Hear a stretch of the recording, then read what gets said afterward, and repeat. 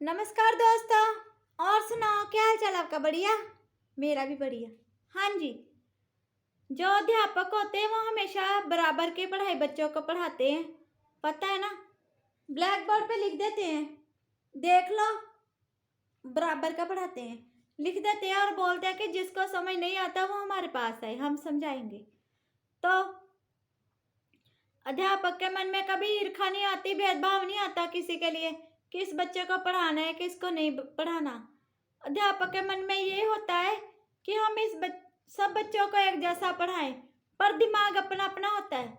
जैसे अध्यापक होते हैं, अध्यापक और सड़क एक जैसी होती है। वो कैसे? जो सड़क होती है वो वहीं की वहीं रहती है और जो राहगीर होता है उसको अपने मंजिल पे पहुंचा देती है। वैसे अध्यापक होते हैं, टीचर होते हैं, वो बेचारे वहीं के वहीं होते हैं, पर अपने बच्चों को किसी काबिल बना देते हैं। कोई बच्चा उनकी पढ़ाई के जरिए, उनकी इतनी मेहनत के जरिए टीचर बन जाता है, कोई डॉक्टर बन जाता है, कोई कुछ बन जाता है। कोई पढ़ने में होशियार नहीं होता, दिमाग नहीं इतना होता, तो वो तो आम काम ही करेगा ना, उसको क्या। तो क्या होता है, एक बार की बात है, एक गुरु था, अपने ना शिष्य थे, सबको पढ़ाता था। तो एक पुराना शिष्य था काफ़ी टाइम पहले का, और एक नया आया था। तो जो नया आया था उसका 2-3 महीने हुए थे आए हुए को, और ना उसके सब बड़ी तारीफ कर रही है, बच्चा बड़ा होनहार है, ये बच्चा ऐसा है, ये बच्चा वैसा है।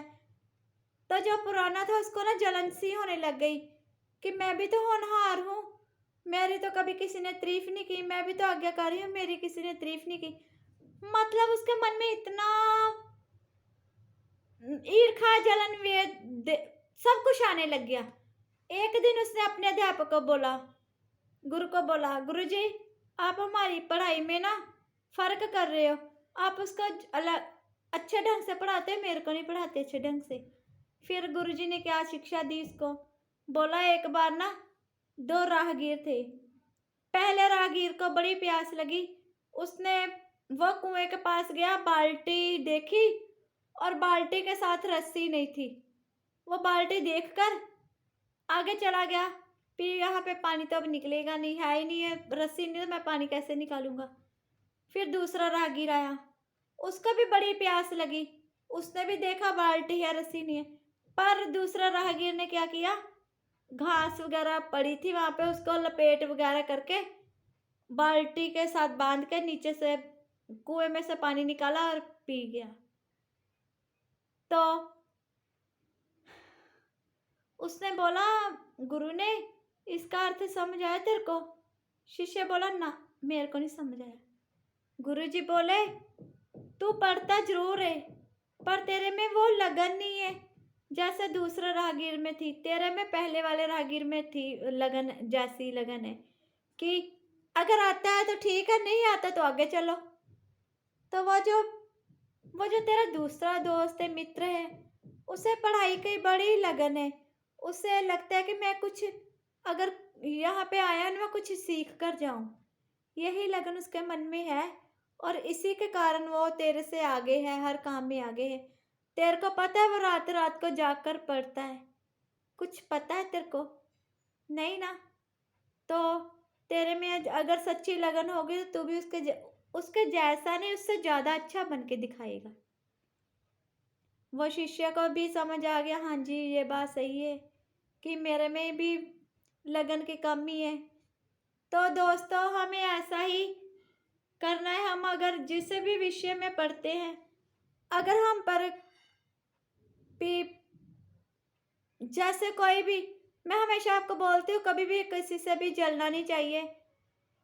जैसे हम हैं, हमें अपनी तुलना किसी दूसरे इंसान से कभी नहीं करनी चाहिए, ठीक है।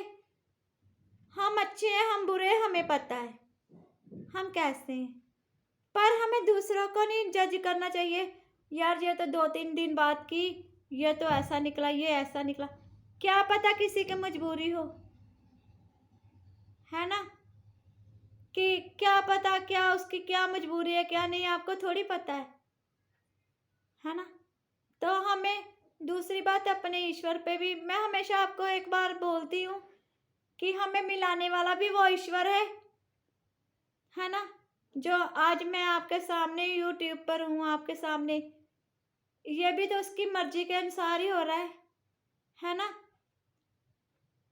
हमें आप मेरे को नहीं जानते, मैं आपको नहीं जानती, पर इसके ज़रिए मैं आपको जानने लगी, आप मेरे को जानने लगे, है ना? तो हमें हमेशा दूसरों की तरफ देखकर खुश होना चाहिए, दूसरों की खुशी में खुश रहना चाहिए और हमें हमेशा ईश्वर का धन्यवाद करते रहना चाहिए कि ईश्वर धन्य हो आप हमारे साथ हो तो हमारे साथ कभी कुछ बुरा नहीं होगा। अपने ईश्वर को हमेशा यही बोलो, ईश्वर अल्लाह वाहेगुरु माता पिता माता को धन्यवाद करो, शुक्र है ईश्वर हमारे ज़िंदगी में ये इंसान आया। तो ये अपने पिता माता के आगे ये भी धन्यवाद करो कि अब ये इंसान हमारे से कभी दूर ना हो, है ना? तो हमें अपने माता पिता का भी बड़ा भी धन्यवाद करना चाहिए जिन्होंने हमें जन्म दिया, है ना? जिनसे हम मिले, हमसे वो मिले। हमें अपने भाइयों बहनों का भी धन्यवाद करना चाहिए कि जो इस जन्म में हमें मिले। हमें हर एक इंसान का, पड़ोसी का, रिश्तेदार का धन्यवाद करना चाहिए, पर हमें अपनी तुलना किसी दूसरे इंसान से कभी नहीं करनी चाहिए, ठीक है? हमें जैसा ईश्वर ने बनाया हम वैसे ही रहेंगे, उन्हें जैसा ईश्वर ने बनाया वो वैसे ही रहेंगे। बात की कमी कहाँ पर आती है? हमारी सोच की। हर एक के लिए हमें अच्छा सोचना चाहिए। मेरी दीदी हमेशा बोलती है कि हमारे साथ कोई जितना मर्जी बुरा कर ले पर हमें उसके साथ कभी बुरा नहीं करना चाहिए, उसके बारे में हमें सोचना भी नहीं चाहिए कि वो बुरा है। दीदी मतलब मेरी ननंद, वो हमेशा मेरे को हर बार यही समझाती है, वो मेरे हमेशा सबका भला सोचती है मेरी दीदी, है ना? तो नमस्कार, सत श्री अकाल, आदाब।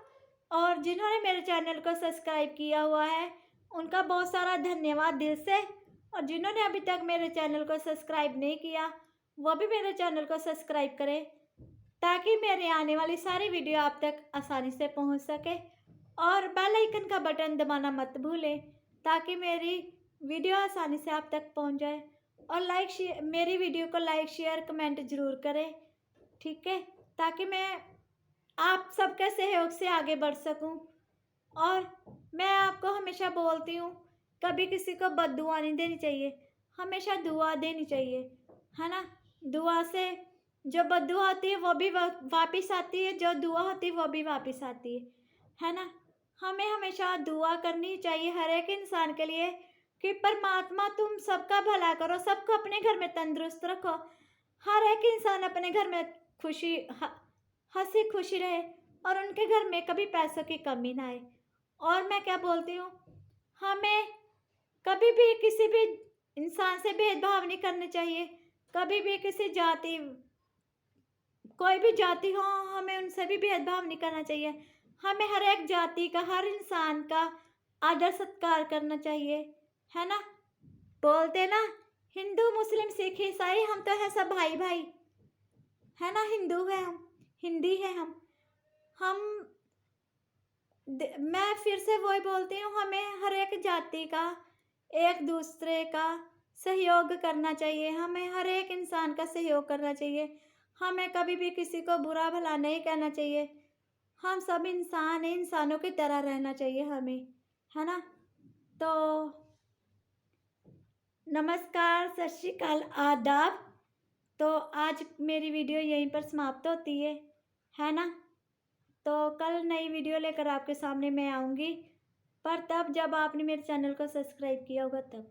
हाँ जी, नमस्कार।